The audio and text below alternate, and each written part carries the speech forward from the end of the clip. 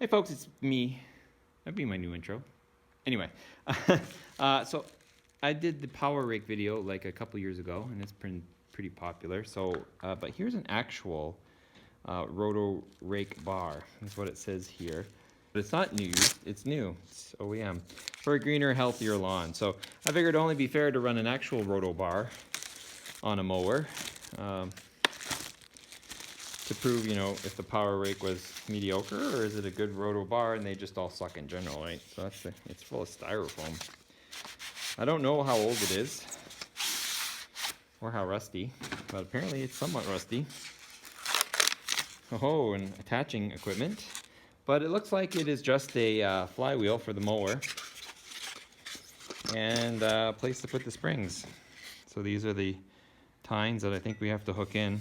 I'm sure there are instructions in this. It's like so. Oh, we got to bolt them in. Ah, it's making more sense now. And then we have just the metal springy finger tines to run on our mower. So let's go ahead and get that set up. So our assembly consists of our detining spring.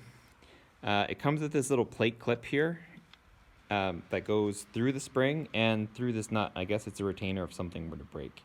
Then we have the bolt, lock washer, and then the nut on the other side, and we reverse it the same on this side. So obviously this will be the top part, and nope, we did it backwards because my mower rotates this way for discharge, so we actually have it upside down.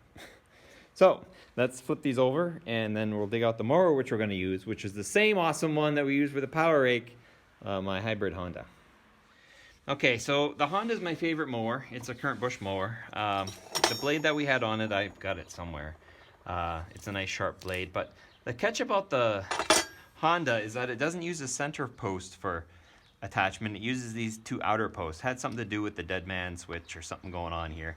Anyway, long story short, it fits. And a note for our side viewers, this was actually made by the Steel Craft Door Products Limited out of Edmonton, Alberta. So it's a Canadian product. That's interesting too. Now, looking at the tines that stick down, they are maybe a half an inch below deck level. So we're gonna have to drop this thing into the weeds, as you'd say, if you were riding a lowrider, to get it to dig into the grass there. But we're gonna have to do a cold start video on the Honda too, because it hasn't started yet this year. We have the mower as low as it'll go in terms of settings. Now for those of you playing the home game, this is a Honda motor on an MTD or a Lawn Flight deck by MTD. Our blade here is just above the surface, so we're gonna hit clumps and stuff, but it's pretty low. It's gonna hopefully shred up some stuff. Now the instructions say to plug the entry. We don't need to plug the entry, it's fine.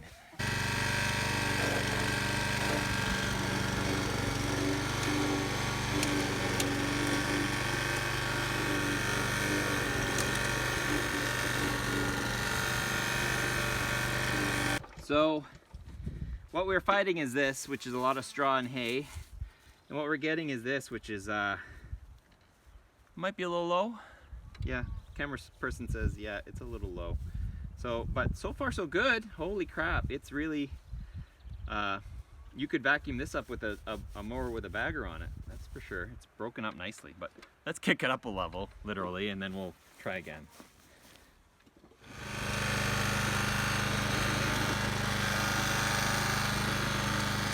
So now we're too high. It's not really doing anything. It's still thatchy.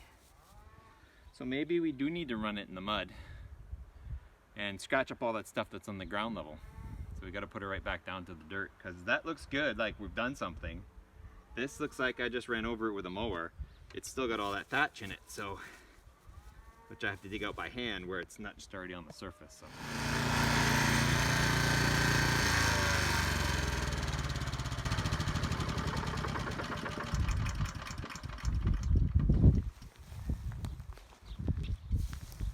So what we're getting is when it's on the lowest, it's a little rough because it's rough back here terrain-wise, so not being perfectly flat doesn't help. But I think it's doing a pretty good job on scruffing up, getting most of the thatch out. The disadvantage to just a Roto-Rake is that it's not mowing too, it's just raking. But I think if we then come back with our push mower, it'll be great. So.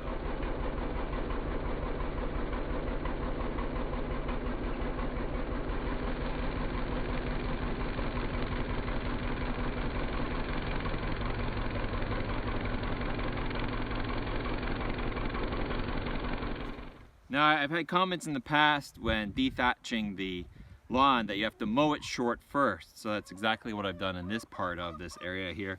We've got it mowed down with a bagger, so we've lifted as much of the straw and thatch as we could. So if you dig in, you can still quite a bit of thatch that's in this lawn here. So now I'm going to take the dethatcher and run it over this again, this section here, and then re-vacuum it with the bagging mower, and then we'll see how good this thing really is.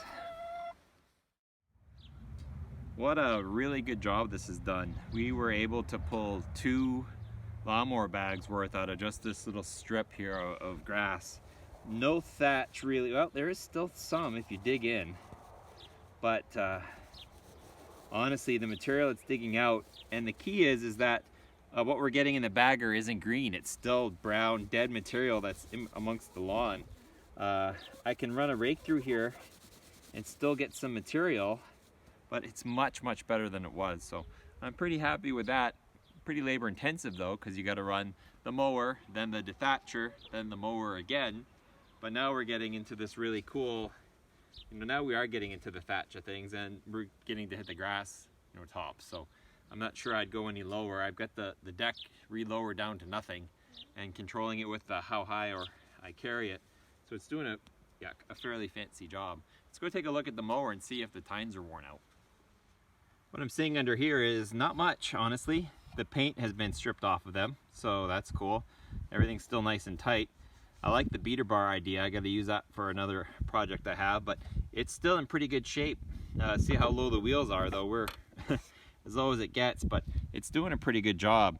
More RPM and pushing it slower obviously helps quite a bit as well, but looks like they're just going to keep on going. Might be good for breaking up horse poop and stuff. Would I do my entire lawn in it? Only if I knew I had a thatch problem, and at that point I'd probably buy a pull behind dethatcher.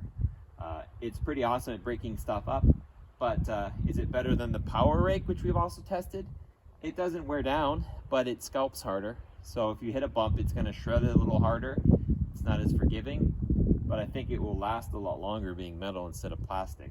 That was the biggest disappointment with the Power Rake, is eventually I just had nubs left, and I know they're meant to get replaced, but I really wanted something a little bit stronger. So if you have any questions on this Roto-Rake or any other Roto-Rake I've done, feel free to ask it or leave a comment if you think I did something wrong and I need to redo it somehow. Thanks for watching. Leave any questions or comments down below, and be sure to subscribe to my channel for awesome updates on what I'm doing.